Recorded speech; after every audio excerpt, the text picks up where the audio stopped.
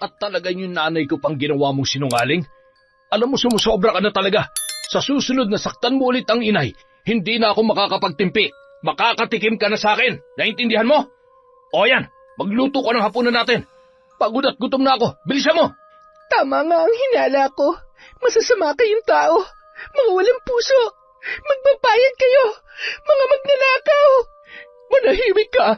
Bakit? Ano sa tingin mo? Kaya mo kami? Isa ka lamang bubwet at hindi mo kami mapipigilan sa plano namin. Magsama kayo ng ina mo. Mga uto-uto. Ngayon sa amin ang lahat ng meron kayo. Tayo na, anak. Wala nang dahilan pa para magtagal tayo dito. Nagawa na natin ang matagal na nating plano. Ganyan nga. Ngayon matitikman ninyo ang kabayaran ng inyong kasamaan. Mabuti nga sa'yo, lalong-lalo na sa anak mo. Pero sa katulad mong isang konsentidor na ina na nagpalaki ng halimaw, dapat lang na magtusa ka. Ngayon tingnan ko lang kung saan ka dadalhin ng kaswapangan at katapangan mo. Luluha ka ng dugo dahil sa sumpang magpapahirap sa'yo, mapaaraw man o gabi. Kamatayan lamang ang magiging daan upang matapos ang iyong paghihirap, Aling Tessa. Taon 2007, Rizal. Umalingaw-ngaw ang sigaw ni Rowena sa buong kabahayan nang madatnan nito ang kanyang ama na si Efren na nakahandusay at duguan. Nung mga oras na yun, mag-isa lamang ang lalaki dahil kasalukuyang nasa trabaho pa ang asawa niyang si Rose. Nasa labas naman ang anak niyang si Rowena. Maagang pinauwi ni Rose si Efren dahil biglang sumama ang pakiramdam nito, kaya napilitan ang lalaki na sundin ang kanyang asawa. Nanginginig pang kinuha ng dalaga ang telepono para tawagan ang kanyang ina. Hello, Nay? Si tatay po.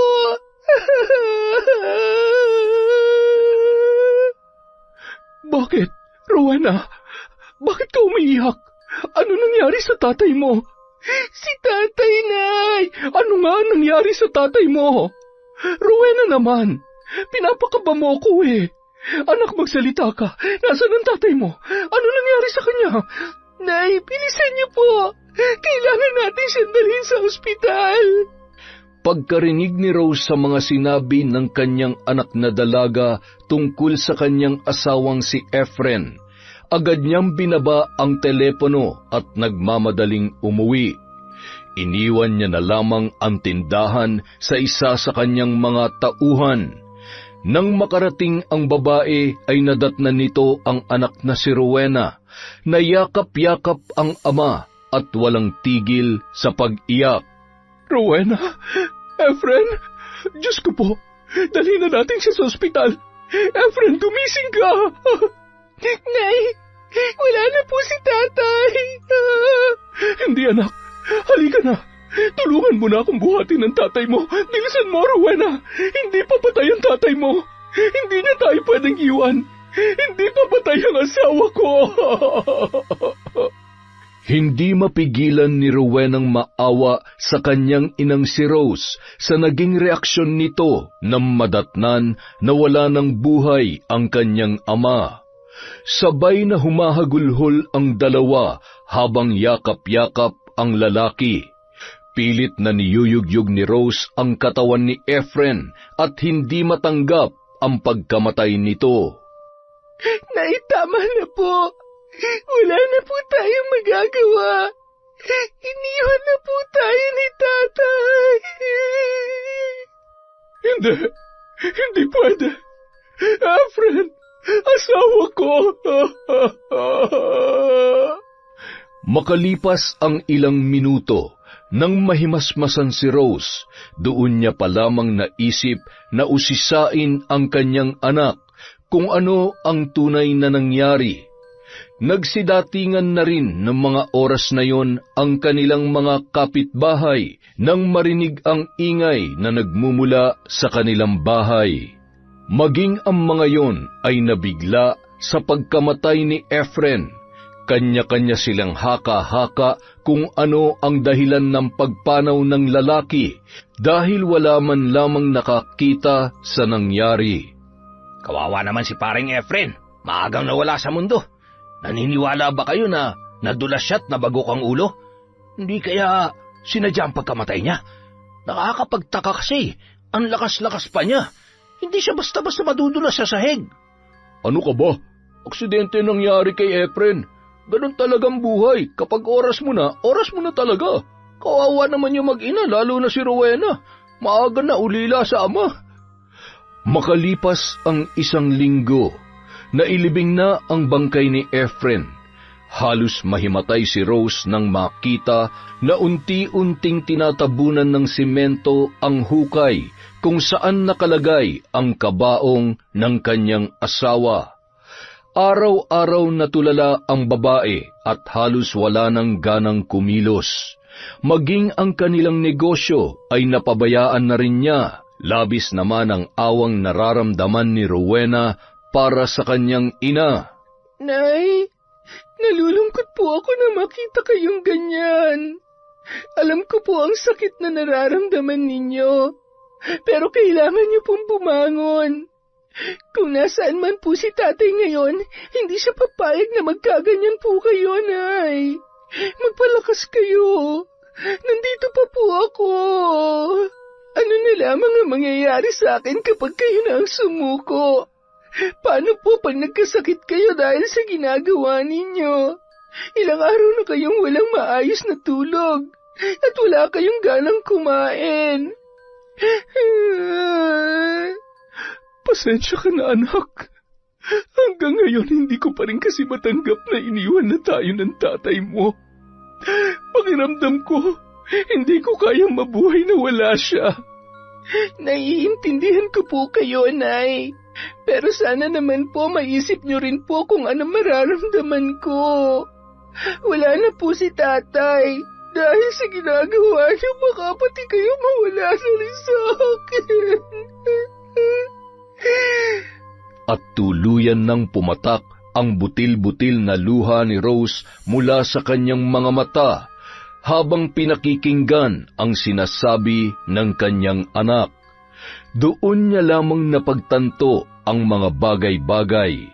Simula nang maglabas ng saloobin ang kanyang anak tungkol sa kanyang nararamdaman, pinilit ni Rose na muling bumangon at magpatuloy.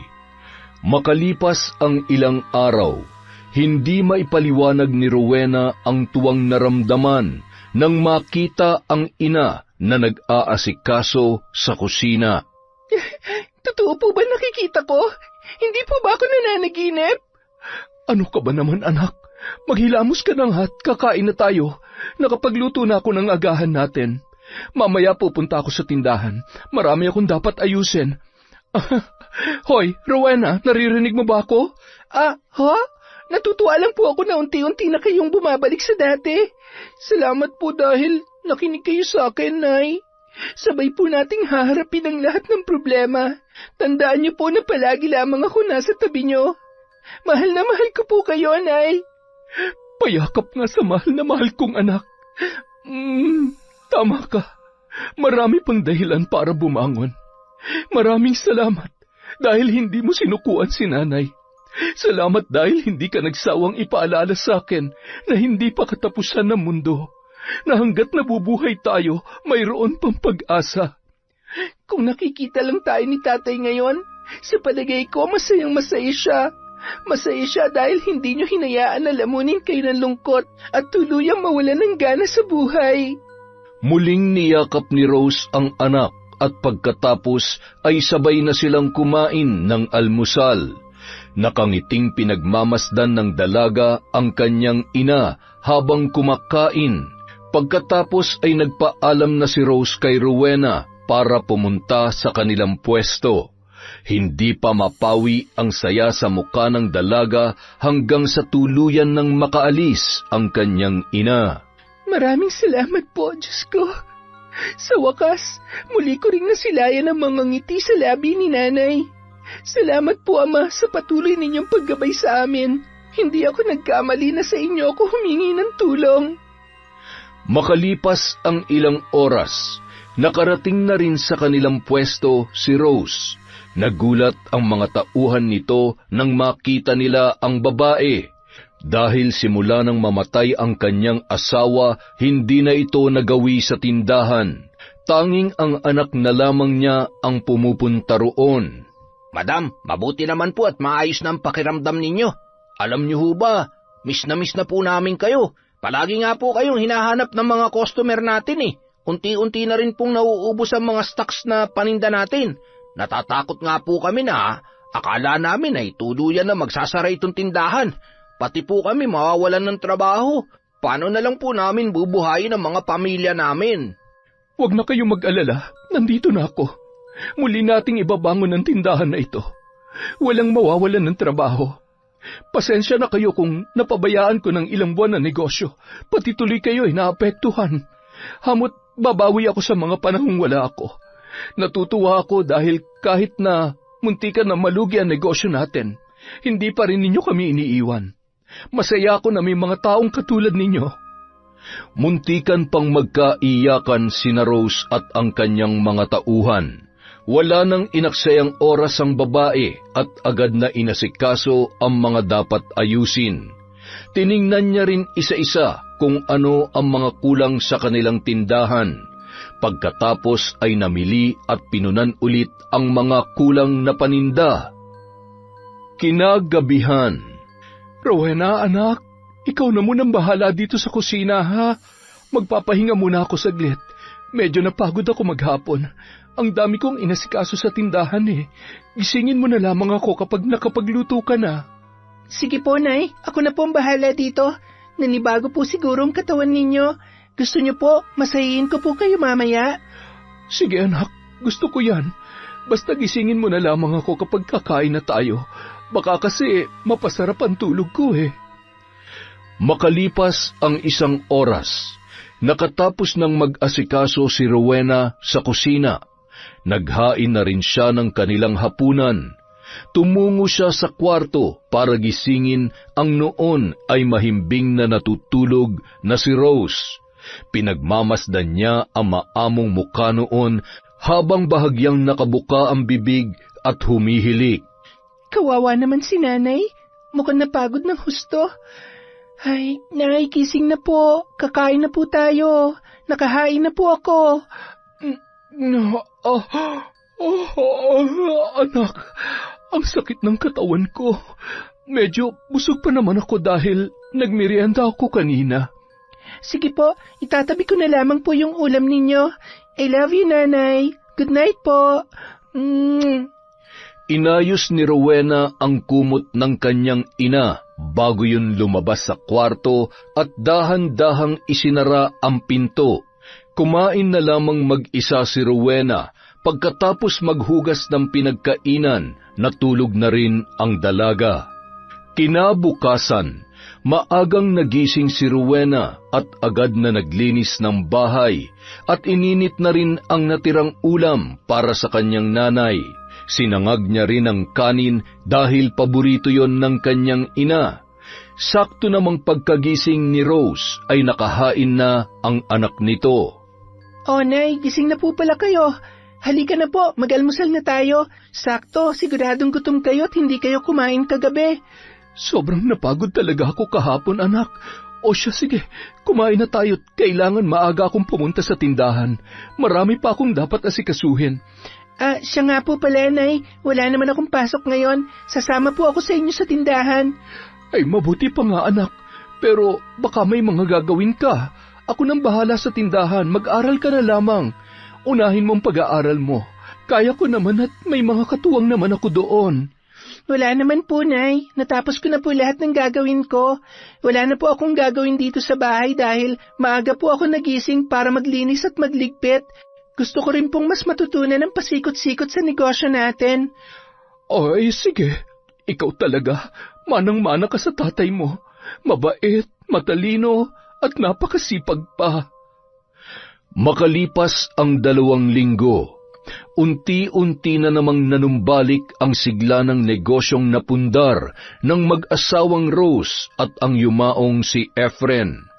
Laking pasasalamat ng babae dahil sa kabila ng mga hamon na dumaan sa kanilang buhay, ay lakas loob niyang nalampasan ang lahat ng yun.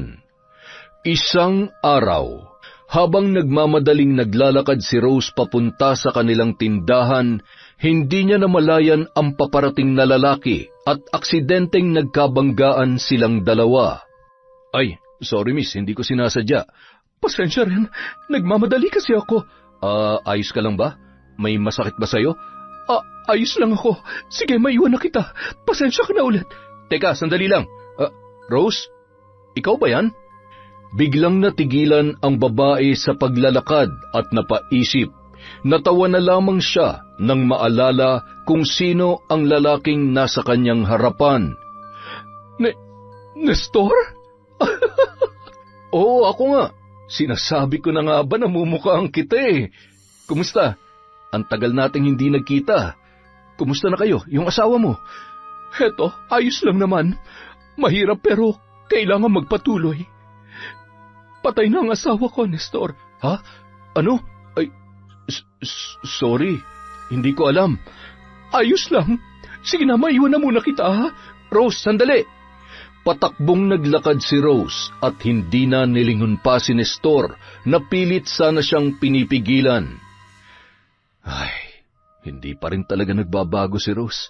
May pagkasuplada pa rin. Pero hindi pa rin kumukupas ang ganda niya.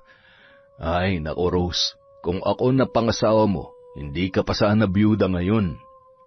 Si Nestor ang dating kaklase ni Rose na may gusto sa babae nung mga dalaga't binata pa lamang sila. Ngunit dahil may pagkabarumbado at mayabangan lalaki, hindi ito pinansin ng babae. Pero araw-araw niyang kinukulit si Rose. Natigil lamang ang ginagawang yun ni Nestor nang malaman niya na kasintahan na ni Rose si Efren na isa rin sa kanilang mga kaklase. Makalipas ang 2 araw, nagulat si Rose nang tawagin siya ng kanyang tauhan at sinabing may naghahanap sa kanya. Wala siyang maisip na bisita nung araw na yon. Ang buong akala niya ay isa lamang yon sa kanilang mga customer. Nestor, anong ginagawa mo dito? At paano mo nalaman ang pwesto ko? Ako pa ba? Nagtanong-tanong ako sa mga tao dito kung saan ang bahay mo. Dito ako tinuro sa tindahan. Abay, akalain mong negosyante ka na pala ngayon? Ano bang sadya mo? Marami kasi akong inaasikaso dito sa tindahan. Importante ba yan? Ay nako, hindi ka pa rin talaga nagbabago. Hanggang ngayon ba naman, kailangan mo pa rin akong sungitan? Hindi naman sa ganon. Marami lang talaga akong ginagawa. Simula nung mamatay si Efren, mag-isa ko nang pinapatakbo itong negosyo namin. Muntikan pang ang malugi at magsara. Sandali, ano nga bang pinunta mo dito? Ikaw naman? Gusto ko lang naman mangumusta. Lalo na nung mabalitaan ko na patay na nga yung asawa mo. Alam ko kasi ang pakiramdam ng mawalan ng mahal sa buhay. Bakit? Patay na rin ba ang asawa mo? Hindi. Namatay na rin kasi yung mga magulang ko. Asawa? Wala akong asawa. Alam mo ba, simula nung mag-asawa ka, nawalan na ako ng gana maghanap ng iba. Alam mo naman ikaw lang ang babaeng gusto kong makasama habang buhay. Kaya lang... Ay naku, Nestor, kahit kailan hindi ka pa rin talaga nagbabago. Bolero at babaero ka pa rin. Ang dami-dami babae dyan, kaya kalimutan mo na ako.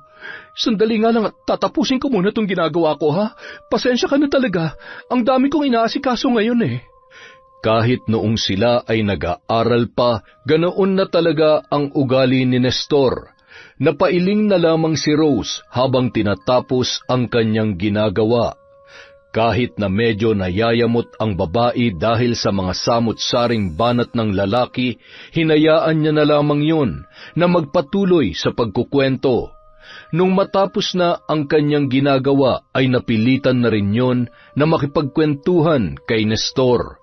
Kahit hindi niya aminin, kahit papaano ay nawala ang bigat na nararamdaman niya nang maikwento niya sa lalaki ang hirap ng kanyang pinagdaanan. Hindi niya rin maitatanggi na kahit hindi niya gaanong gusto ang ugali ni Nestor ay napapatawa siya nito. Yan, dapat laging ganyan. Mas lalo kang gumaganda kapag nakangiti ka eh. Mula kasi nun, kapag kinakausap kita, parang Biyernes Santo na lang lagi ang mukha mo. Ay, mabuti na lang at napapangiti na kita ngayon. Oh, ikaw naman ang magkwento tungkol sa buhay mo. Gusto ko yung totoo, ha? Baka naman puro kasinungalingan lang ang sasabihin mo sa akin. Grabe ka naman. Ganyan ba talagang pagkakakilala mo sa akin? Sinungaling? Maliban sa pagiging mayabang at babaero mo, wala naman talaga akong ibang alam tungkol sa'yo. Nagbago na ako. Hindi na ako kagaya nung dati. Tsaka totoo naman talaga yung sinabi ko sa'yo. Hindi na ako nag-asawa mula nung nagkatuluyan kayo ni Efren. Pero baka ngayon magbago na ang isip ko. Ha? Anong ibig mo sabihin? Wala. Sabi ko baka sakaling makahanap pa ako. Hindi pa naman huli ang lahat. Tsaka bata pa naman ako. Malakas pa naman ang tuhod ko. Ikaw talaga puro kakalokohan. Magseryoso ka nga. Kaya siguro walang babaeng naniniwala at nagkakagusto sa iyo eh. Ay. Ilang sandali pa, biglang natigil ang pag-uusap ng dalawa nang biglang dumating si Rowena. Ano po, Nay? Oh, anak, bakit ang aga mo? Wala ka na bang pasok? Anak? Uy, may anak ka pala? Oo, si Rowena, ang nag-iisang anak namin ni Efren. Rowena, anak, magmano ka sa tito Nestor mo.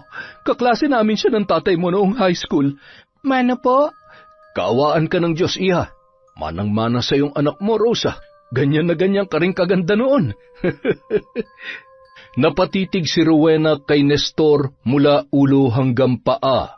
Hindi niya gusto ang patuloy na pakikipagbiruan nito sa kanyang ina.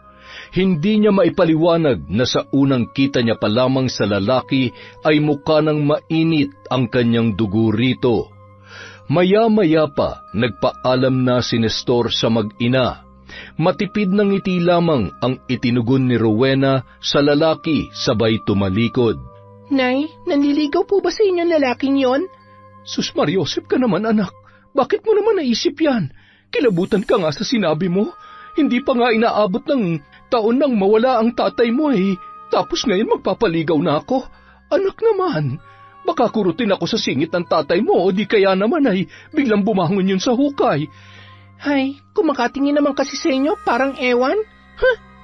Ganun talaga si Nestor, anak. Kaya hindi na ako nanibago sa ugali niya. Huwag ka mag-alala, hindi naman ako magpapaligaw sa tulad niya. Ang tatay Efren mo lang ang tanging lalaking minahal ko at ang tanging lalaki na mamahalin ko. Dapat lang, Nay. Wala makakapalit kay tatay. Tsaka kung sakali man na magpaligaw ka, huwag naman sa lalaking yon. Mukhang hindi mapagkakatiwalaan. Ewan ko ba, hindi magandang pakiramdam ko sa kanya. Ang anak ko talaga, kung ano-ano ang iniisip. Magmerienda ka na nga lang at maya-maya ay magsasara na tayo. Samantala, nang makarating sa kanilang bahay si Nestor ay pasipul-sipul pa yun. Nadatnan niya ang kanyang ina na si Aling Tessa na nagluluto ng kanilang hapunan. Mukhang ang saya-saya ng anak ko ah. Saan ka ba nanggaling? Hindi lang basta masaya, Nay. Sobrang saya ko. Eh, bakit naman? Nanalo ka ba sa loto? Naka-jackpot ka ba? Yayaman na ba tayo? Ang inay naman talaga, pera na naman ang nasa isip. Nagkita po kami ni Rose, yung babaeng madalas kong ikinukwento sa inyo noon. Oo, ano naman ngayon kung nagkita kayo? Di ba may asawa na yon? Ano bang balita sa kanya? Patay na ho si Efren, yung asawa niya. Biyuda na siya ngayon. Ibig sabihin, pwede ko na ipagpatuloy yung naudlot kong panliligaw sa kanya noon. Sa tingin mo, porket biyuda na siya, papayag na siyang ligawan mo? Kung noon nga hindi ka nagtagumpay, ngayon pa kaya? Nay naman, wagas naman kayo kung makatawa dyan. Wala kaya tang tiwala sa anak mo eh. Magaling kaya tong dumiskarte. Wala talaga. Tsaka ano naman ang mapapala mo sa babaeng yon? Eh wala ka naman matinong trabaho tapos dadagdag ka pa ng palamunin. Diyan ka nagkakamali, Nay. Jackpot tayo kay Rose. Malakas ang negosyo niya. Kung sakali mapapangasawa ko siya, di ba lahat ng kayamanan niya mapapasakin din? Para na rin ako nanalo sa loto noon. Anong sabi mo? May negosyo si Rose? Totoo ba yan, anak? Totoong-totoo, Nay. Aba, ayos, Nestor. Kung ganon, edi sige, susuportahan kita sa binabalak mo. Nanay talaga, ibang klase. Pag pera pinag-uusapan, ang bilis magbago ng isip. Ano ka ba? Pareho lang tayo, no? Oh, kailan ka magsisimula manigaw? Gusto mo samahan kita? Ipagluto natin. Nay, relax. Ano ka ba? Masisira pa diskarte ko niyan eh. Siyempre, hindi muna sa ngayon. Kamamatay lang nung asawa niya eh. Dahan-dahan lang. Kukunin ko muna ang loob niya. Tapos, saka na ako magsasabi ng totoo kong intensyon sa kanya. Baka naman kasi sabihin niya, sinasamantala ko yung kalungkutan niya. Tama anak, ang talino mo talaga. Ang galing mo mag-isip, manang-mana ka sa akin. Humagalpak ng tawa ang mag-ina at tuwang-tuwa si Aling Tessa sa mga narinig na plano ng kanyang anak na si Nestor. Tulad ng dating nakagawian ng kanyang anak, madalas itong manligaw ng mga babae at hinuhut-hutan ng pera. Nagpapakasasa naman sa pera ang ina nito, kaya naman kinukonsinti niya ang kanyang anak. Ipinagtatanggol pa ng ginang sa mga babaeng naloloko niya si Nestor. Makalipas ang mga araw, napapadalas ang pagdalaw ng lalaki sa pwesto ni Rose. Madalas din itong madatnan ni Rowena tuwing pumupunta sa tindahan ang dalaga. Dumidiretso kasi siya palagi doon pagkatapos ng kanyang klase. Nay, umamin nga po kayo sa akin. Nanliligaw na ba sa inyo ang lalaking yon? Mukhang napapadalas na po yata ang pagdalaw niyo dito at may pabulaklak-bulaklak pa na nalaman. Hindi anak, kaibigan ko lamang si Nestor. Tinanong ko na rin siya kung bakit niya ako palaging binibigyan ng bulaklak, kung may iba ba siyang intensyon sa akin. Sabi niya wala naman daw. Gusto niya lang daw makatulong na maibsan ang lungkot na nararamdaman ko simula nung mawala ang tatay mo. Sa katunayan nga, hindi lang akong binibigyan niya. Ikaw din anak. Ito, para sa'yo daw to. Hindi po ako tumatanggap ng bulaklak, lalo na kung galing sa lalaking yon. Anak, bakit ba ang init ng dugo mo sa tito Nestor mo? Wala naman siyang ginagawang masama ah. Ganoon lang talagang ugali noon, pero mabait naman siya. Basta nay, binabalaan kita, tigilan mo ng pakikipagmabutihan sa kanya. Napabuntong hininga na lamang si Rose sa inasal ni Rowena, lalo na pagtungkol kay Nestor. Hindi niya maintindihan kung saan nanggagaling ang pagkairita ng bata sa lalaki.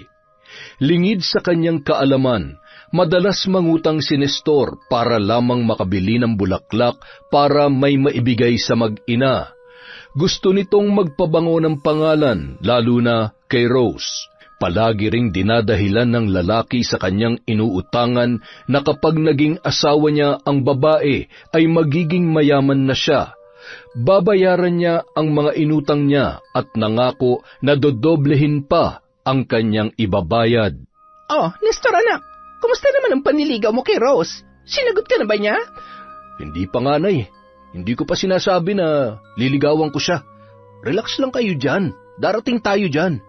Antayin ko muna na abutin ng taon ng pagkamatay ng asawa niya. Nakakahiya naman kay Efren na susulutin ko agad si Rose. Ano ba yan? Ang tagal pa pala. Nangangati na mga kamay ko na makahawak ng malaking pera eh. Huwag kayong mag-alala, Nay. Malapit na mangyari yan.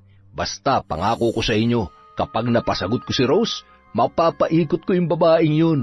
Mukhang madali namang utuin eh. Makalipas ang 1 taon, gaya ng plano ng lalaki, matyaga niyang sinuyo si Rose, hanggang sa nakahalata na rin ang babae at kinumpronta na nito si Nestor. Nestor, tapatin mo nga ako. Bakit mo to ginagawa? Nanliligaw ka ba sa akin? Ay, sa wakas napansin mo na rin. Hindi mo ba talaga maramdaman kung bakit ginagawa akong lahat ng ito? Hindi ka naman siguro manhid para... Tinatanong kita na maayos, kaya mabuti pa sagutin mo ako. Ikaw naman, di ka na mabiro. Alam mo naman, Rose, noon pa na may gusto ko sa'yo. Oo, ganun na nga. Pwede ba kitang ligawan? Akala ko ba malinaw na sa'yo na hindi na ako interesado sa ganyang bagay? Marami pa akong gagawin, kesa mag-aksaya pa ako ng oras sa ganyan. Alam mo naman na kaibigan lang ang turing ko sa'yo. Tsaka nangako ako sa harap ng altar na isa lang ang lalaking mamahalin ko habang buhay. Pero wala na yung asawa mo. Maiintindihan niya naman siguro kung magmamahal ka ulit. Bata ka pa. Wala namang masama kung maghahanap ka ng panibagong makakasama at makakatuwang mo sa buhay. Rose, mula noon, ikaw na talagang gusto ko. At ikaw lang ang babaeng pangarap kong makasama hanggang sa tumanda ako. Rose, makinig ka. Bitiwan mo mga kamay ko. Hindi na, umalis ka na. Baka maabutan pa tayo ng anak ko.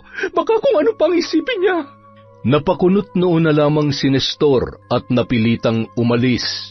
Sakto namang kararating lamang ni Rowena at walang lingon-lingong dinaanan ng lalaki ang dalaga. Napatigil naman yun at pinagmasdan si Nestor na nagmamadaling umalis na parang masama ang loob. Buisit na babae yun Pakipot pa. Akala mo naman kung sinong dalagat maganda. Pero hindi ako titigil hanggat hindi ko na isasakatuparan ng plano ko. Ang buong akala ko kapag namatay na ang Efren na yun madali ko na makukuha si Rose. Nak ng teteng lintik talaga Nagkautang-utang na ako Samantala. Ano nangyari doon? Bakit ang sama ng muka? May dapat po ba ako malaman? Hayaan mo na lamang yun, anak. Sadya naman talagang masama ang pagmumukha nun si Efren.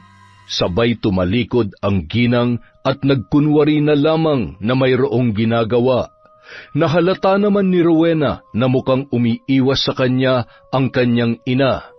Hinayaan na lamang ng dalaga at hindi na nito kinulit pa si Rose. Makalipas ang 1 linggo, hindi na nagawi pa si Nestor sa kanilang tindahan.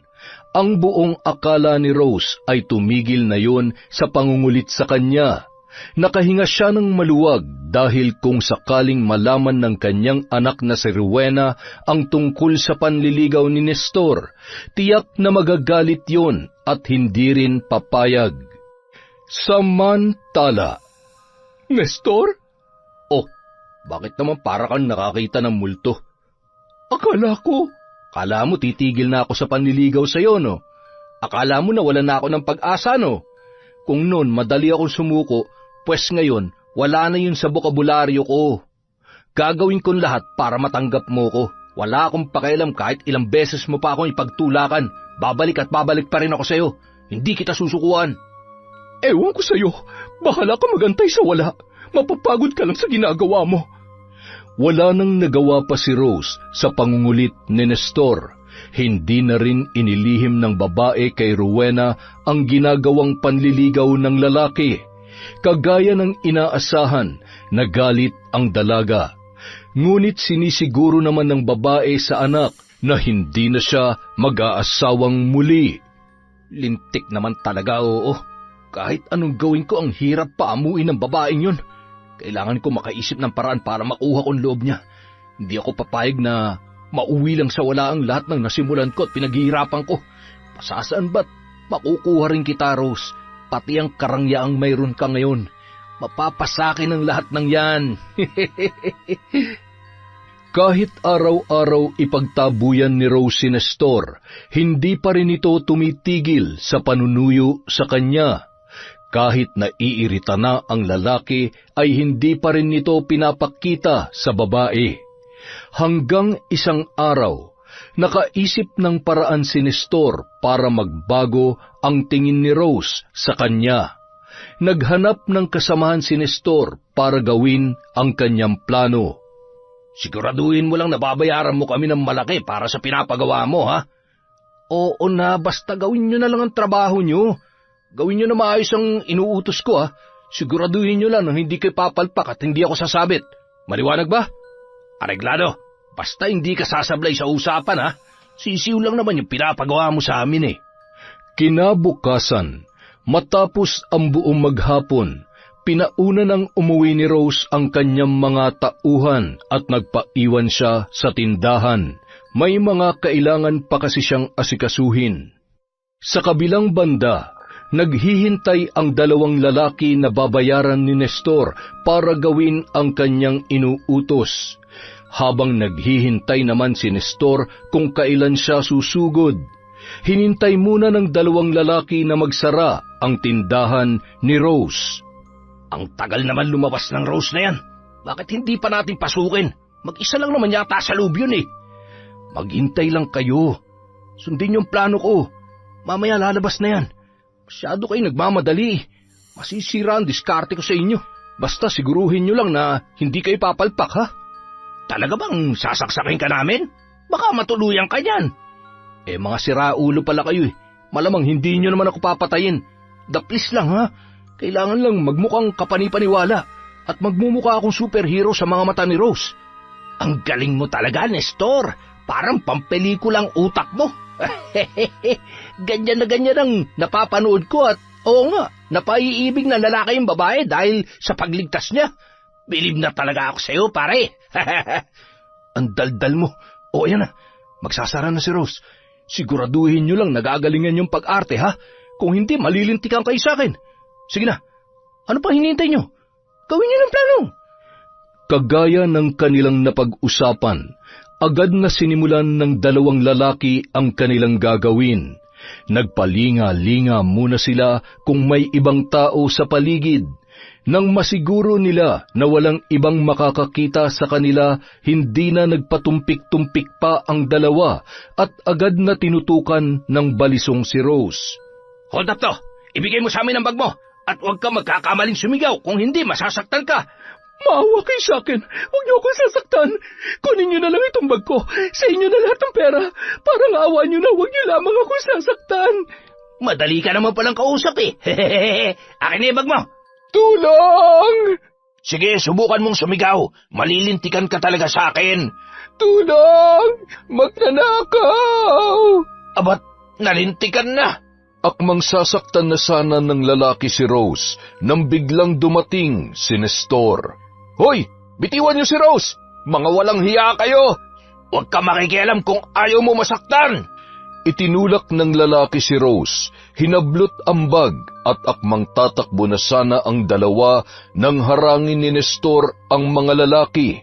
Nagpalitan ng suntok ang tatlo hanggang sa nabitawan ng isang lalaki ang hawak nitong balisong. Bugbog sarado ang dalawa kay Nestor at napahandusay pa yun sa simento. Hindi na malaya ni Nestor na dinampot ng isang lalaki ang balisong at agad na sinugod siya nito. Tinamaan siya sa tagiliran, dahilan para umagos ang masaganang dugo. Kumaripas naman ng takbo ang dalawa. Patakbong pinuntahan ni Rose ang kinaruroonan ng dugoang lalaki. Ayos ka lang ba? Naku, may tama ka, Nestor. Huwag ka mag-alala. Malayo to sa bituka. Ikaw, kumusta ka? Nasaktan ka ba? Ayos lamang ako. Kailangan madala ka sa ospital. Tulong!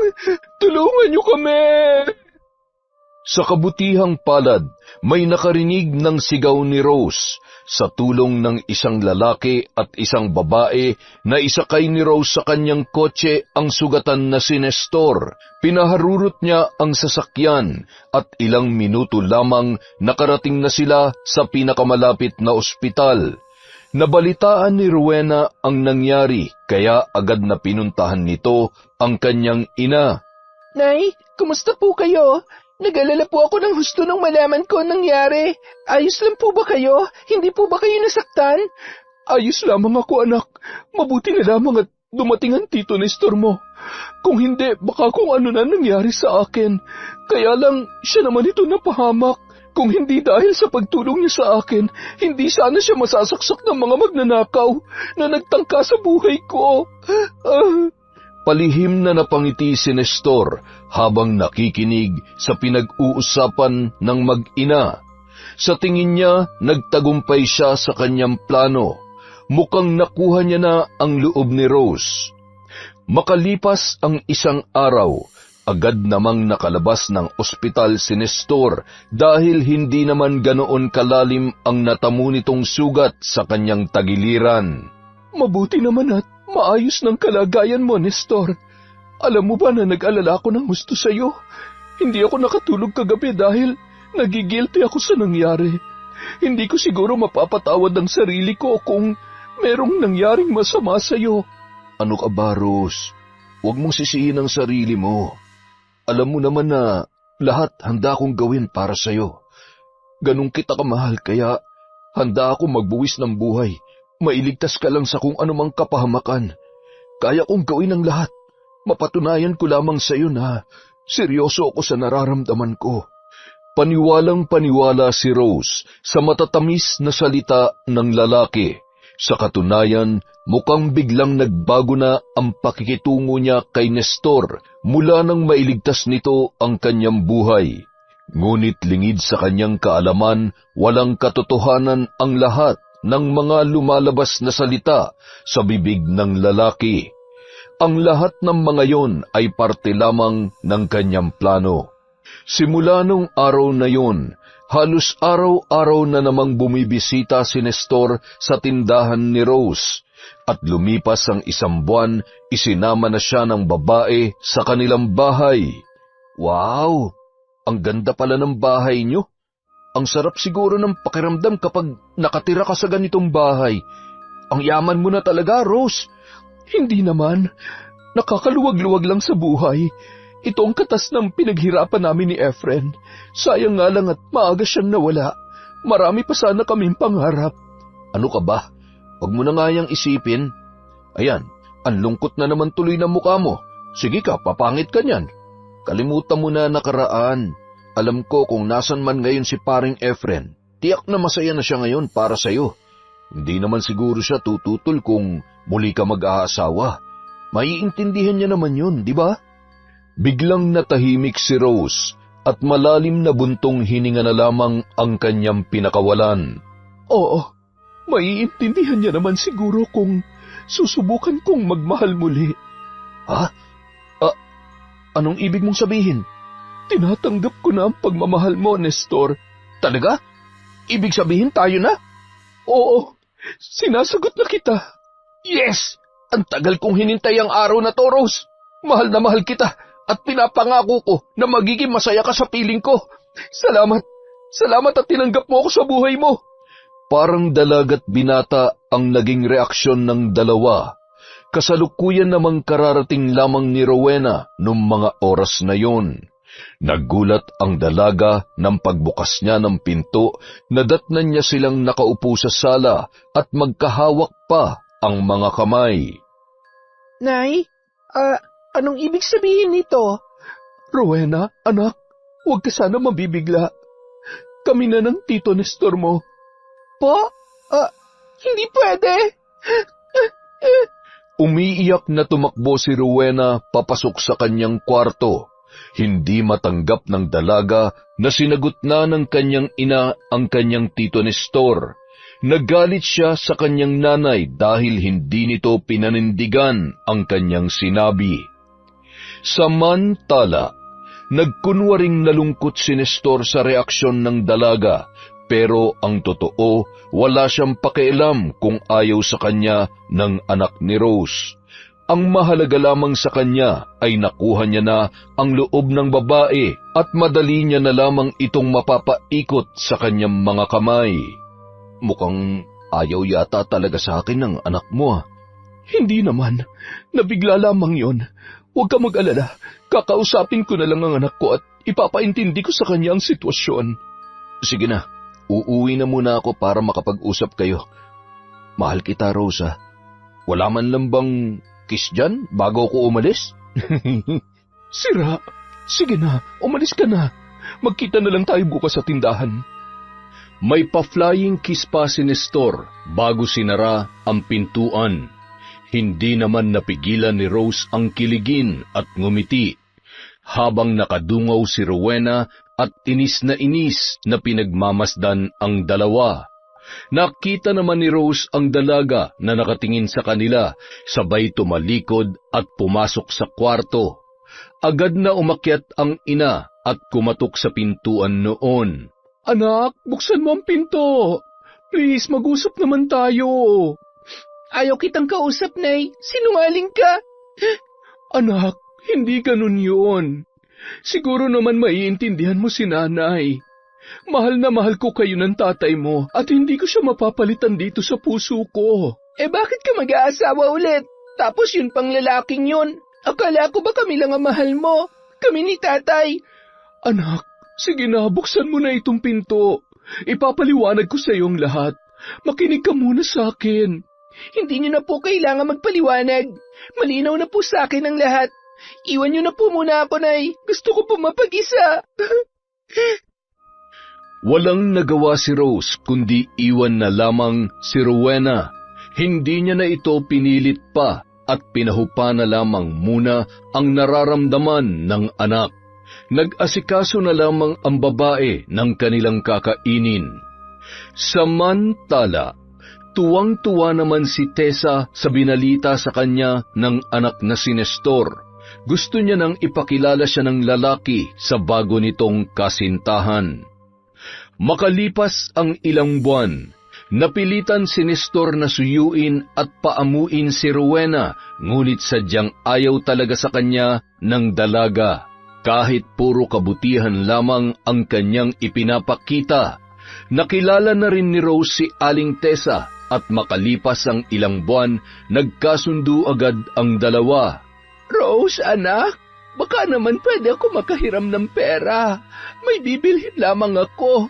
Kulang kasi itong pera ko eh. Ano ba naman kayo, tita? Pwedeng-pwede po. Magkano po bang kailangan nyo? Sandali po at kukuha lamang ako. Salamat, iha. Ang bait mo talaga. 1,000 lang sana.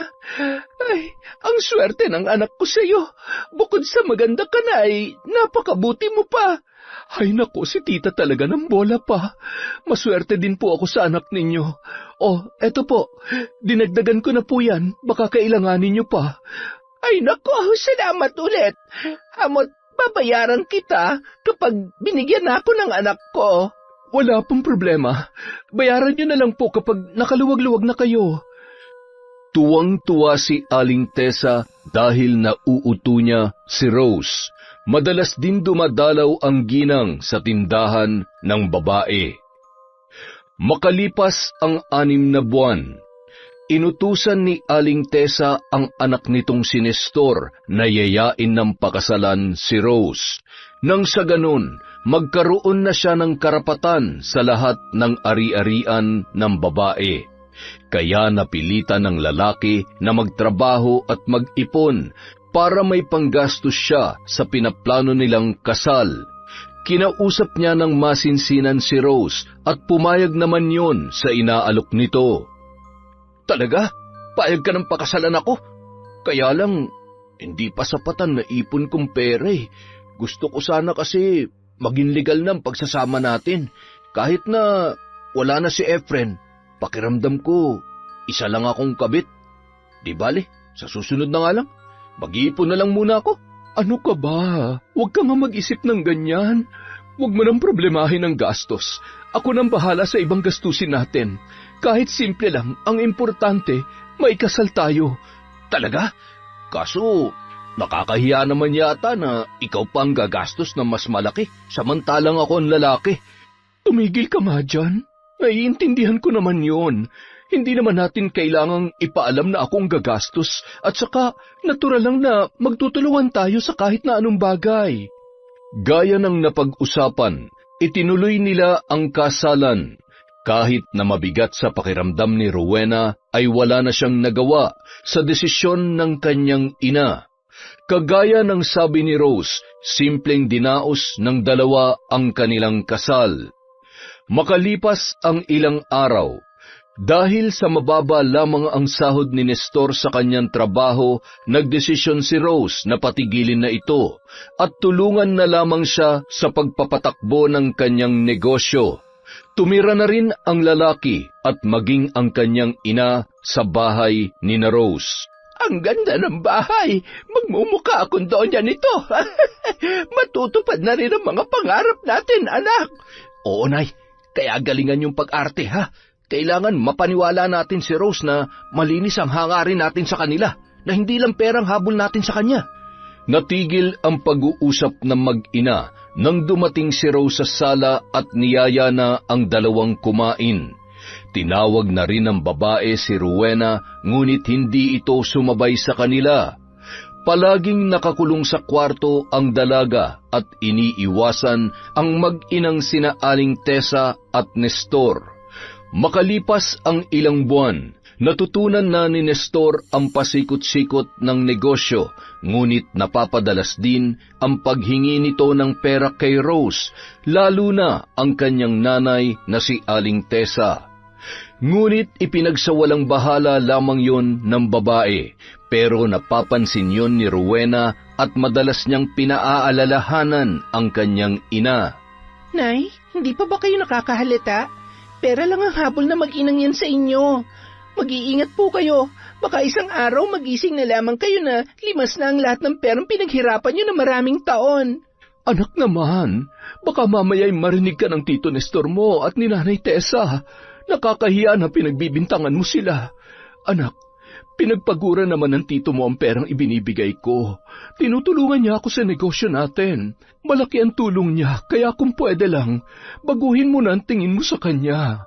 Pero parang sobra-sobra naman na po yata yung binibigay nyo, Nay. Tinatanong niyo po ba kung saan niya ginagastos yung pera? At yung matanda naman, akala mo kung sino mayaman? Kahit ano binibili, akala mo pinupulot lamang natin ang pera. Hayaan mo na lamang, anak. Masaya naman ang inay eh. Huwag ka mag-alala. Alam ko kung ano ang ginagawa ko. Wala kang dapat ikabahala. Basta ikaw, kung kailangan mo ng pera o kung may gusto ka rin, sabihin mo sa akin, bibilhin natin. Hindi ko po kailangan ng pera. Sa katunayan, marami na akong ipon sa mga natitira sa baon na binibigay nyo. Alam ko po kasi na pinaghihirapan nyo ang perang yon, kaya pinapahalagahan ko, Nay. Ayaw ko lang ho na mauwi sa wala lahat ng nasimulan ninyo ni Tatay. Natuwa naman si Rose sa katangian na mayroon ang kanyang anak na dalaga. Napakaswerte ng babae dahil napalaki niya ng maayos ang nag-iisa niyang anak. Isang araw, habang naglalakad si Rowena kasama ang mga kaklase nito, ay bigla siyang napatigil nang makita ang sasakyan ng kanyang ina. Nagtataka siya kung bakit nandoon ang kanyang nanay. Hindi naman siya nito sinusundo sapagkat may school bus naman siyang sinasakyan. Anong ginagawa dito ni Nanay? Teka, Anong... Sinasabi ko na nga ba may tinatagong katarantaduhan ng lalaking ito eh? Pagkatapos ng klase, dumiretso si Rowena sa tindahan para alamin ang totoo. Pagdating niya roon, wala pa ang kotse ng kanyang nanay. Nay, nasan po yung sasakyan ninyo? At nasan po si Tito Nestor? Bakit wala siya dito? Di ba dapat tinutulungan niya kayo? Hiniram ng tito mo yung sasakyan. May aasikasuhin daw siya. Nagbabalak kasi siyang magtayo ng isa pang negosyo. Kakausapin niya raw yung magiging kasosyo niya. Negosyo? Hindi kaya babaeng pinagkakaabalahan niya? Alam niyo po, may nakita ko kanina. Nakita ko sila. Sila? Sinong sila? Si Tito Nestor po. May kasama po siyang babae. Inaalalayan pa nga habang sumasakay yung babae sa sasakyan niyo. At mukhang ang sweet-sweet pa nila. Anak, alam kong hanggang ngayon ay ayaw mo pa rin sa Tito Nestor mo. Pero mali naman yata na siraan mo siya sa akin. Baka naman mali ka lang ng pagkakaintindi sa nakita mo. Ganyan na ba talaga kalambot ang puso mo pagdating sa lalaking yon, Nay? Bahala kayo kung ayaw niyo maniwala sa akin.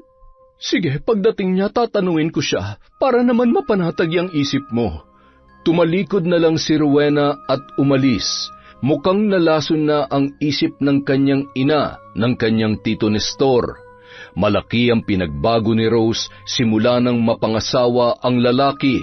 Naging sunod-sunuran na lang yun sa lahat ng gusto ni Nestor. At minsan kapag nag-aaway silang dalawa, ang babae pa ang madalas na nanunuyo kay Nestor kahit hindi naman siya ang may kasalanan. Kinahapunan, tumawag si Nestor kay Rose na gagabihin siya ng uwi dahil hindi pa siya tapos sa kanyang nilalakad. Kaya nagpahatid na lamang ang babae sa kanyang tauhan gamit ang tricycle na service nito. Nakaramdam ng kaba ang babae. Bigla niyang naalala ang sinabi ng kanyang anak na si Rowena. Diyos ko, huwag naman po sanang totoong nakita ng anak ko. Hindi ako papayag na lukohin ni Nestor. Hindi ko alam kung ano magagawa ko sa kanya kapag nalaman kong pinagtataksilan niya ako. Kinagabihan, mag-aalas 10 na nang makauwi si Nestor. Nagising si Rose na noon ay nakatulog sa sofa sa kahihintay sa kanyang asawa. Bakit ngayon ka lang? Tapatin mo nga ako, Nestor. Nang bababae ka ba? Ano bang pinagsasasabi mo dyan? Nagpaalam naman ako sa iyo. Nag-text ako sa iyo na gagabihin ako ng uwi. Tapos pagbibintangan mo ako. Pagod na nga ang tao, tapos kung ano-ano pang pinagsasabi mo dyan. Ay, Matulog na tayo. Naantok na ako eh. huwag kang magsinungaling. Si Rowena mismo nakakita sa'yo. Totoo ba? Totoo bang nakita ng anak ko? Magsabi ka ng totoo, Nestor. Sino yung kasama mo? Sino yung babaeng isinakay mo sa kotse ko? Malakas na sampal ang natamo ni Rose mula sa mabigat na kamay ni Nestor.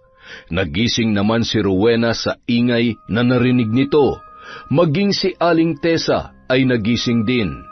Agad na bumaba si Rowena para saklolohan ang kanyang inang umiiyak habang hawak-hawak ang kanyang muka. Anong nangyayari dito? Walang hiya ka? Anong karapatan mo para saktan ang nanay ko? Rose, mahal, pasensya na, hindi ko sinasadya. Nabigla lamang ako sa mga binintang mo sa akin. Rowena, hindi ko intensyon na saktan ng nanay mo. Ikaw naman pala, Rose eh. Ano bang sinabi mo sa anak ko? Nagpapakahirap nga yan para umasenso ang buhay ninyo. Ayan tuloy, nasaktan ka. Galit na galit si Rowena nang sinabihan siya ni Rose na pumasok na sa kwarto at mag-uusap lamang sila ni Nestor. Mukhang baliwala lamang sa babae ang ginawa sa kanya ng lalaki. Padabog na sumunod ang dalaga at nakakuyom ang mga kamay sa sobrang galit na nararamdaman. Makalipas ang ilang linggo, sina Aling Tessa at Rowena lamang ang madalas maiwan sa bahay. Dahil sa wala naman silang katulong, madalas utusan ni Aling Tessa sa mga gawain ang dalaga. Dati ang ginang ang gumagawa noon, ngayon ay unti-unti na yung nagbabago. Nakahilata na lamang ito maghapon at nanonood ng TV. Minsan, nasasaktan niya pa ang dalaga kapag sinusuway nito ang kanyang utos. Bakit? Nagrereklamo ka? Halika dito. Itong bagay sa'yo. Aray, tama na po. Bitawan niyo po ang buhok ko, nasasaktan po ako. Talagang masasaktan ka kapag hindi mo sinunod lahat ng inuutos ko. At subukan mo magsumbong sa nanay mo, malilintikan ka sa akin. Hindi mo alam kung ano ang kaya kong gawin. Kaya kung ako sa'yo, manahimik ka na lang at sumunod. Ha! Sinasabi ko na nga ba, may masama kayong balak sa amin. Mga mapagsamantala at napakasama ng ugali niyo. Kayo ng anak mo. Manahimik ka kung ayaw mong paduguin ko yung uso mo. Wala kang respeto. Ayan, labahan mo lahat yan. Huwag ka magsusumbong sa nanay mo, naiintindihan mo? Maya-maya pa, biglang bumukas ang pinto at laking gulat ni Aling Tessa nang dumating si Rose. Hindi niya inaasahan na uuwi ito ng maaga. Rowena, apo, ako na maglalaba dyan. Sabi ko naman sa'yo, ako na lamang ang gagawa niyan. Ayan tuloy, pawis na pawis ka na. Halika nga dito at pupunasan kita. Subukan mo lamang magsumbong at malilintikan ka sa akin. Napakasipag naman talaga ng anak mo, Rose. Kapag wala siyang pasok, lagi akong tinutulungan sa mga gawain dito. Hindi ba, Rowena? Ang galing-galing mong bata ka. Opo. Magmerienda na muna kayo. May dala akong pansit dito. Araw-araw, halos ganoon ang sitwasyon ni Rowena. Hindi niya pa nahuhubad ang uniforme kung ano-ano na ang inuutos ni Aling Tessa sa dalaga. Maraming beses na gustong magsumbong ni Rowena sa kanyang ina, ngunit palaging nakaabang si Aling Tessa. Madalas ay pinandidilatan siya nito ng mata. Isang araw, nag-usisa si Rose dahil hindi niya makita ang perang kanyang itinatabi sa bahay. Tumanggi naman si Nestor, wala raw siyang kinukuhang pera. Nang nagkakagulo na ang dalawa, lumapit sa kanila si Aling Tessa.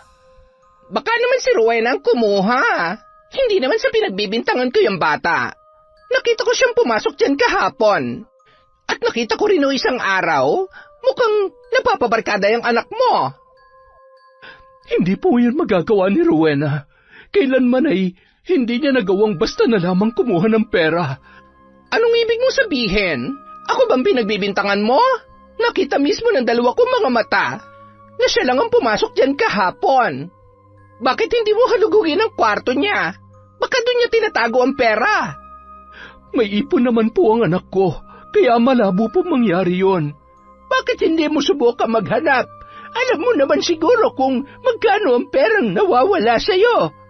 Gaya ng sinabi ni Aling Tessa, nagsimulang maghalughog si Rose sa kwarto ni Rowena. Nakita niya ang alkansya kung saan nilalagay ng dalaga ang kanyang mga ipon. Ngunit laking gulat ng babae nang iangat ni Aling Tessa ang kama ng dalaga. Bumungad sa kanya ang nawawalang pera ni Rose. Samantala, masaya si Rowena na binuksan ang kanilang pintuan para sabihin sa ina ang magandang balita na siya ang nangunguna sa kanilang klase. Ngunit malakas na sampal ang sumalubong sa dalaga. Walang hiya kang bata ka. Kailan ka pa natutong mangupit? Yan bang natutunan mo sa pagbabarkada? Hindi kita pinalaki ng ganyan. Ha? Ano pong sinasabi niyo? Bakit niyo po ako sinampal, Nay? Magmamaang-maangan ka pa talaga. Ito ang nawawala kong pera. Bakit nasa kwarto mo? Hindi mo naman kailangan magnakaw, Rowena. Di ba sabi ko sa'yo pag may kailangan ka, magsabi ka lamang sa akin? Wala po ako ninanakaw. Hindi ko po ninakaw ang perang yan. At hindi ko po alam kung bakit nasa loob ng kwarto ko yan. Huwag ka na magsinungaling. Ayan ang ebidensya. Hindi ko mapapalampas ang ginawa mong ito. Simula ngayon, hindi ka na makakalabas ng bahay. Bawal ka na rin gumamit ng cellphone. Lahat ng gadget mo kukunin ko nang sa ganon magtino ka. Nay, maniwala po kayo sa akin. Hindi ko po kayang gawin ang binibintang niyo sa akin. Anak niyo po ako. Paniwalaan niyo naman po ako, Nay. Bumuhos ang masaganang luha ng dalaga dahil hindi siya magawang paniwalaan ng kanyang ina. Pagsapit ng gabi, nag-impake ng damit si Rowena. Nang masiguro ng dalaga na tulog na ang lahat, kinuha niya ang kanyang alkansya at dahan-dahang lumabas ng bahay. Sa kabutihang palad, may tricycle pa itong nasakyan papunta sa bahay ng kanyang kaklase. Makalipas ang ilang minutong biyahe, nagulat naman ang kaklase niya na si Sheila at ang lola nito na may kumakatok sa kanilang pintuan ng alanganing oras. Oh, iha, Sus Maria Joseph, ano ang ginagawa mo dito? Kaming-gabi na bakit may dala kang mga gamit? Ano ba nangyari sa iyo at namumugtoy ang mga mata mo? Halika, pumasok ka. Hindi ka ba natakot na lumabas ng alanganing oras? Lumayas ka ba sa inyo? Hindi na nakapagsalita pa si Rowena sa sunod-sunod na tanong ni Lola Eda. Kumuha ng isang basong tubig ang kaklase ng dalaga at ipinainom yun sa kanya. Nang makahinga ng maluwag ay agad na ikinuwento nito ang buong nangyari. Malapit kasi siya sa matalik na kaibigan na si Sheila, na kaklase niya mula elementarya. Madalas niyang dinadalaw ang maglola at para na rin siyang apo kung ituring ng matanda. Sige, apo, dito ka muna sa bahay. Magpahupa ka muna dyan sa galit na nararamdaman mo. Pero kailangan mo rin bumalik sa inyo dahil nasisiguro ko na nag-aalala ang nanay mo. Gusto mo bang samahan kita bukas? Ayaw ko po munang umuwi sa amin, Lola. Pwede po bang dito na lang muna ako? Pwede po ba? Pumayag naman ang matanda na pansamantalang manatili doon si Rowena. Naawa ito sa kalagayan ng dalaga, lalo na't nakita niya kung gaano kaapektado at nahihirapan yun sa kanyang sitwasyon. Nag-aalala rin yun na baka kung saan pa pumunta si Rowena at mapahamak. Kinabukasan, Nataranta si Rose nang buksan niya ang kwarto ng kanyang anak at wala roon si Rowena. Naisip ng babae na maaaring naglayas ang dalaga dahil wala ang isang bag at ilang mga damit noon. Sinubukan niyang magtanong-tanong sa mga kaklase, ngunit hindi alam ng mga yun kung nasaan ang dalaga. Hanggang sa may nakapagturo sa babae na nasa bahay yon ni Lola Eda at ng kanyang anak. Sinubukan nilang puntahan at pauwiin si Rowena, ngunit tumanggi yon na sumama sa kanya. Lumipas ang ilang linggo, hindi pa rin umuuwi si Rowena. Marami rin ang nangyari sa buhay ng kanyang ina na hindi niya nasaksihan. Napadalas ang pag-aaway ng mag-asawa dahil sa madalas na inuumaga ng uwi si Nestor. Madalas ding sinasaktan ng lalaki ang kanyang ina dahil sa impluwensya ng alak kung ano-ano ang pinaggagawa nito sa babae. Bugbog sarado si Rose at lahat ng yun ay hinahayaan lamang ni Aling Tessa. Madalas din pagnakawan ng ginang ang babae. Maging ang mga alahas nito ay ibinibenta at pinantataya lamang noon sa sugal. Isang araw. Nay, nakita niyo po ba yung kwintas at hikaw na nilagay ko dito sa lamesa? Aba, mali ko. At teka lang ha, parang hindi ko nagugustuhan yung tono ng boses mo. Pinagbibintangan mo ba ako? Hindi naman po sa ganon, kaya lang tayong tatlo lamang po ang nandito sa bahay. Aba, talagang ako nga ang pinagbibintangan mo? Ang kapal na mukha mo? Anong akala mo sa akin magnanakaw? Porke ikaw nagpapakain sa akin, gaganyan-ganyanin mo na ako? Nay, nagtatanong lamang po ako. Hindi ko po kayo pinagbibintangan. Anong hindi? Sabi mo tayong tatlo lang ang nandito. Sino magnanakaw, si Nestor? Biglang natigilan ang dalawa nang dumating ang lalaki. Agad naman nagpaawa si Aling Tessa sa kanyang anak. Oh, ano nangyayari dito? Nay, ayos lang po ba kayo? Nestor, anak, pinagbibintangan ako ng magaling mong asawa. Nagnakaw ng mga alahas niya. At ang lakas ng loob niya, nasaktan ako. Nay, hindi kita sinaktan. Bakit po kayo nagsisinungaling? At talagang ang nanay ko pang ginawa mong sinungaling. Alam mo, sumusobra ka na. Sa susunod na saktan mo ulit ang nanay ko, makakatikim ka na sa akin. Naintindihan mo? O yan, magluto ka ng hapunan. Pagod na pagod ako, tsaka gutom ako. Bilisan mo. Pero masama ang pakiramdam ko. Hindi ko kaya magluto. Baka pwedeng... Anong pwede? Trabaho mong pagsilbihan ng asawa mo. Pasalamat ka nga't natutulungan ka ni nanay sa mga gawain dito sa bahay. Kung tutuusin, matanda ng nanay ko, kaya dapat hindi na siya nagkikikilos pa dito. Kung bakit kasi hindi ka nalang kumuha ng katulong eh. Napaatras si Rose nang ihagis sa kanya ni Nestor ang mga dala nitong gulay. Sasagot pa sana ang babae, ngunit nakaambana ang kamay noon sa kanyang muka. Isa-isang dinampot na lamang ni Rose ang mga gulay habang nag-uunahang tumulo ang kanyang mga luha. Naiinis sa sarili dahil sa sarili niyang pamamahay ay mukhang nawalan na siya ng karapatan. Matapos siya magluto, inihanda na niya ang mesa para makakain na ang mag-ina. Hindi na sumabay ang babae, sa halip ay pumasok na lamang siya sa kanyang kwarto at doon niya ibinuhos ang kanyang sama ng loob. Isang araw, hindi maipaliwanag ni Rowena ang kanyang nararamdaman. Mas lalo lamang siyang kinutuban at naalala nito ang kanyang ina. Kaya naisip niyang puntahan sa bahay si Rose. Ngunit laking gulat ng dalaga nang marinig ang pag-uusap ng mag-inang sina Tessa at Nestor na animoy natataranta at nagmamadaling umalis. Mga hayop kayo! Nasaan si nanay? Anong ginawa niyo sa kanya? Bakit dala niyo ang pera niya? Rowena? Tama nga ang hinala ko. Masama kayong tao. Mga wala kayong puso. Magbabayad kayo. Mga magnanakaw. Manahimik ka. Bakit? Sa tingin mo ba kaya mo kami? Isa ka lang bubuet at hindi mo kami mapipigilan sa plano namin. Magsama kayo ng ina mo. Mga uto-uto. Ngayon, sa amin na lahat na meron kayo. Tayo na anak. Wala nang dahilan para magtagal pa tayo dito. Nagawa na natin ang matagal na nating plano. Saan kayo pupunta? Hindi niyo matatakasan ang mga kasalanan ninyo.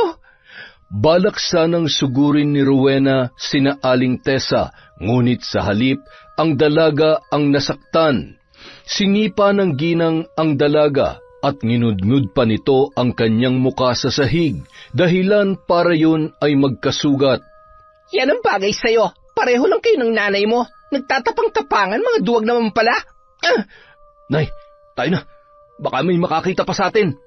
Paano mag-inang ito? Baka magsumbong pa ito sa mga pulis. Malilintikan tayo. Kailangan madispatcha natin sila. Ako nang bahala sa kanila, Nay. Sige na, mauna na kayo sa kotse. Nagtungo sa kusina si Nestor at binuksan ng gasul tsaka niya sinindihan ng posporo. Nagliyab ang apoy sa kusina at agad na lumabas ang lalaki at pinaandar ang sasakyan. Samantala, walang malay si Rowena. Nagising lamang siya nang maamoy ang gas at naramdaman ang init sa paligid. Nagulantang ang dalaga nang imulat niya ang kanyang mga mata. Nakita niya ang unti-unting lumalaking apoy sa kusina at malapit na maabot ang kanyang kinaroroonan. Narinig niya ang pagsigaw ng kanyang ina mula sa kwarto, kaya kahit na pagapang pinilit niyang tumungo papunta roon. Hanggang sa makaipon ng lakas ay pinilit na bumangon at naglakad ng paika-ika. Nang mabuksan ng dalaga ang pintuan, bumungad sa kanya ang kanyang ina na punong-puno ng pasa ang muka at katawan. Nay, kailangan natin makalabas dito. Patawarin mo ko, anak. Patawarin mo ko. Mga hayop sila. Hindi na sila nakontento sa ninakaw nila.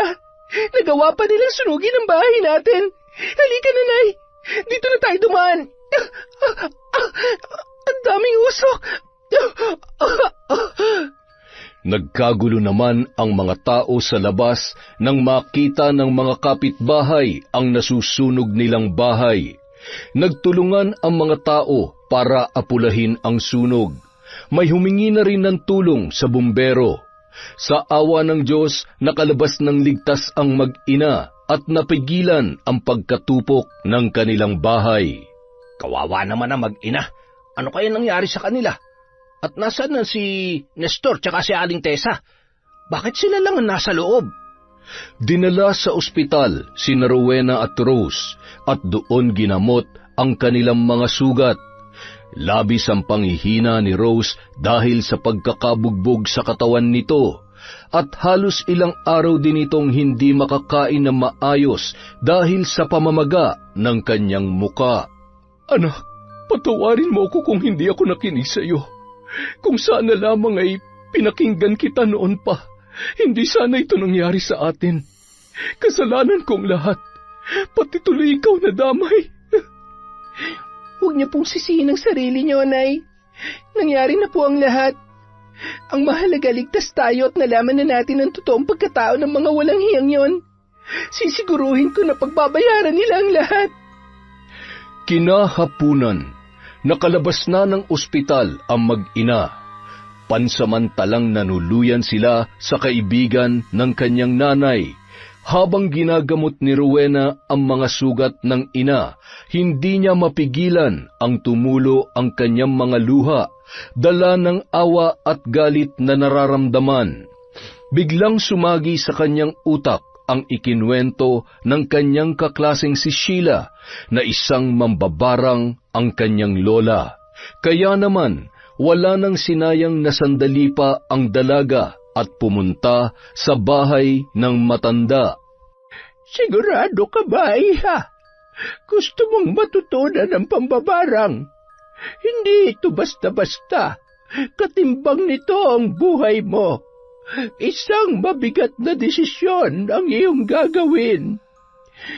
Handa na po ako, Lola, kahit buhay ko pang kapalit. Gusto ko lang pagbayarin ng mga taong gumawa nito sa amin. Kung ito ang tanging paraan para pagsisihan nila ang ginawa nila, kailangan nilang magdusa at magbayad sa mga kahayupan nila. Makalipas ang 1 buwan, Agad na natutunan ni Rowena ang paraan na itinuro ni Lola Eda sa pambabarang. Kaya agad niyang sinimulan ang ritual.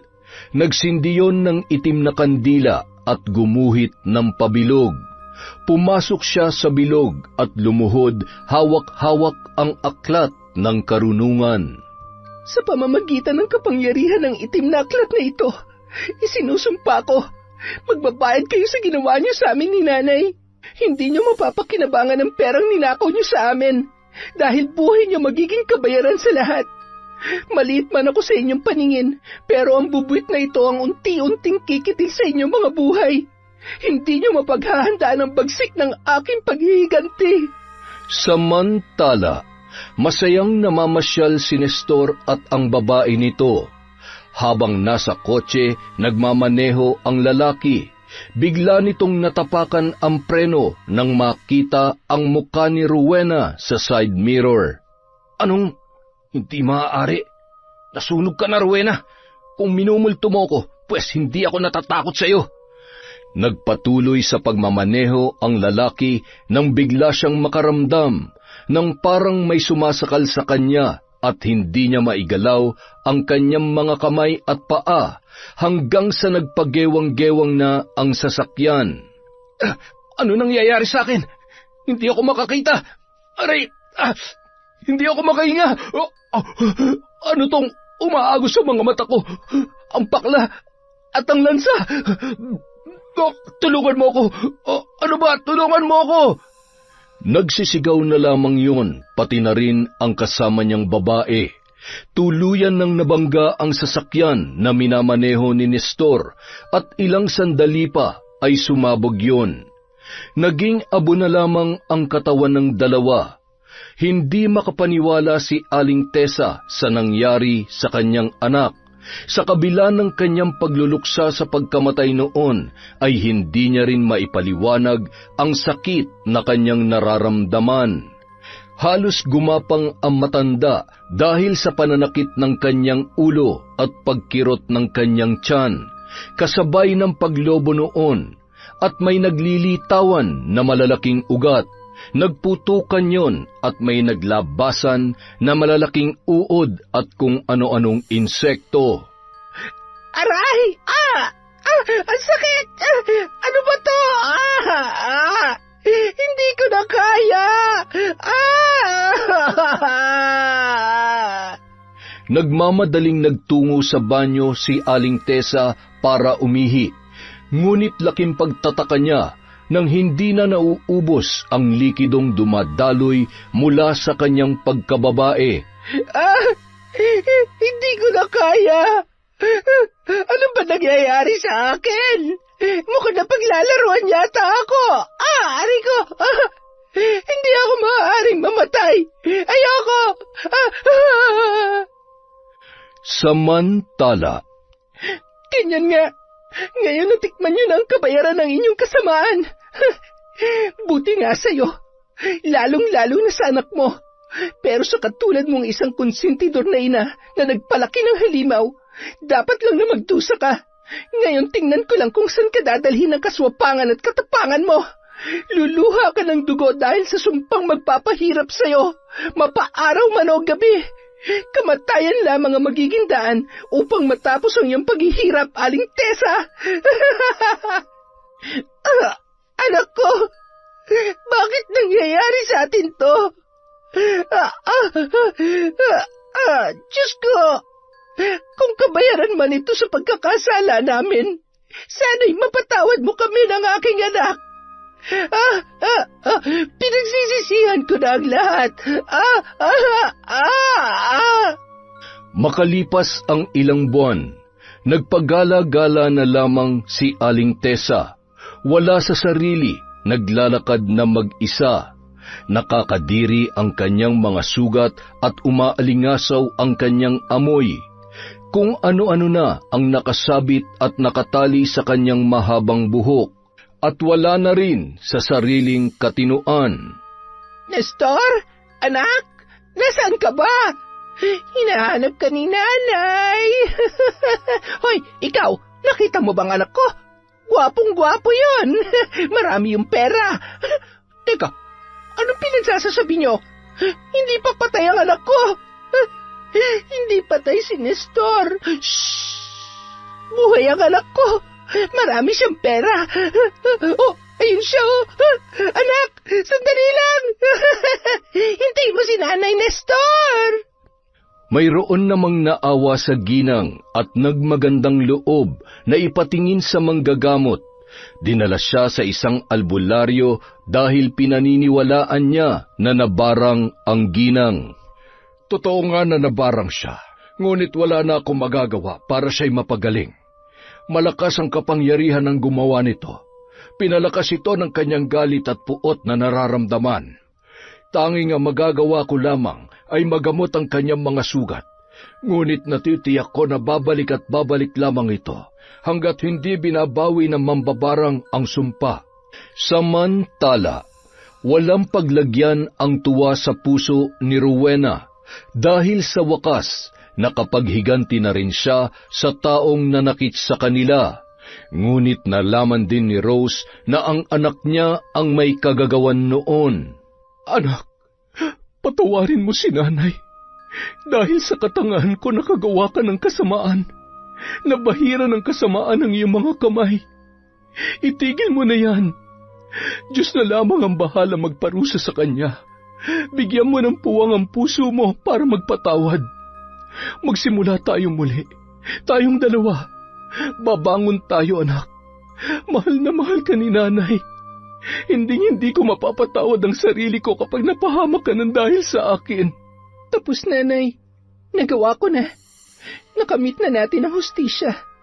Sana magsilbing aral ito sa atin at lalo na po sa inyo. Alam ko po na isang malaking kasalanan sa Diyos ang paggamit ng itim na kapangyarihan. Pero hindi ko hahayaan na mamuhay sila na malaya sa mga kasalanan nila. Pagkatapos noon, paunti-unti man bumangon ang mag-ina at hindi na sila nawalan ng pag-asa. Mas itinuon na lamang ni Rose ang kanyang atensyon sa kanyang negosyo at sa kanyang anak.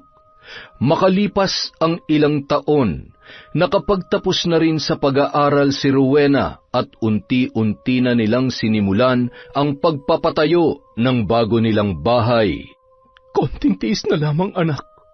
Magkakabahay na ulit tayo. Hindi man kasing gara noong una, ang mahalaga, magkasama pa rin tayo at masaya na tayo ngayon. Mahal na mahal ko po kayo, Nay. Masaya po ako na kayo ang kasama ko palagi. Wala na makakasira at makakapagpahiwalay sa atin. Yon! Isa na namang magandang kwento. Sa susunod na po, ulit ang ating shout-out. Maraming salamat po sa walang sawang pakikinig sa Kwentong Enteng.